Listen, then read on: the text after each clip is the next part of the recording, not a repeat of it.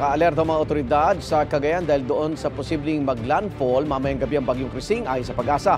Nagpatupad na ng forced evacuation sa coastal municipalities. Live mula sa Tugigaraw, Cagayan. May unang balita si James Agustin. James. Good morning, pabugso-bugsong pagulan yung nararanasan ngayong umaga dito sa Tugigaraw City sa Cagayan. Simula kagabi hanggang kaninang madaling araw ay nakaranas na ng pag-ulan dito sa lalawigan pero mahina hanggang sa katamtaman pa lang ang lakas nito. Wala pa namang naitatalang pagbaha sa iba't ibang bayan.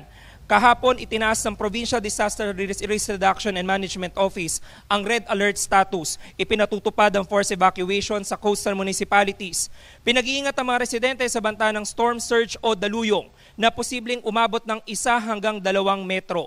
Mahigpit pa ring pinagbabawal ang paglalayag, pangingisda at paglangoy sa dagat. Naka-standby na rin sa 7 quick response stations ang mga gagamiting search and rescue equipment gaya ng mga rubber boats, life vests at life ring. Minomonitor ang antas ng tubig sa Cagayan River at mga tributaries nito. Sa bayan ng Peña Blanca, may ilang residente na naglagay ng mga pabigat na bato at kahoy sa bubong ng kanilang mga bahay kahapon. Iginilid na rin ang mga bangka na karaniwang sinasakyan ng mga turista para makatawid sa Pinakanuan River papunta sa tourist attraction na Calao Cape. Pinagbabaklas maging ang mga kubo na nagsisilbing cottage.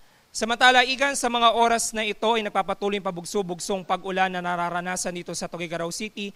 Minsan po ay mahina yan at minsan din naman ay lumalakas. Kaya may apela din naman ang PDRMO sa mga residente, lalo-lalo na yung mga nakatira sa coastal municipalities na may banta ng storm surge na sila'y sumama na sa mga otoridad kung sila'y pinalilikas, lalo-lalo na yung mga nakatira sa tabing dagat. Yan muna ilitas mula rito sa Cagayan. Ako po si James Agustin para sa GMA Integrated News. Igan, mauna ka sa mga balita, mag-subscribe na sa GMA Integrated News sa YouTube para sa iba't ibang ulat sa ating bansa.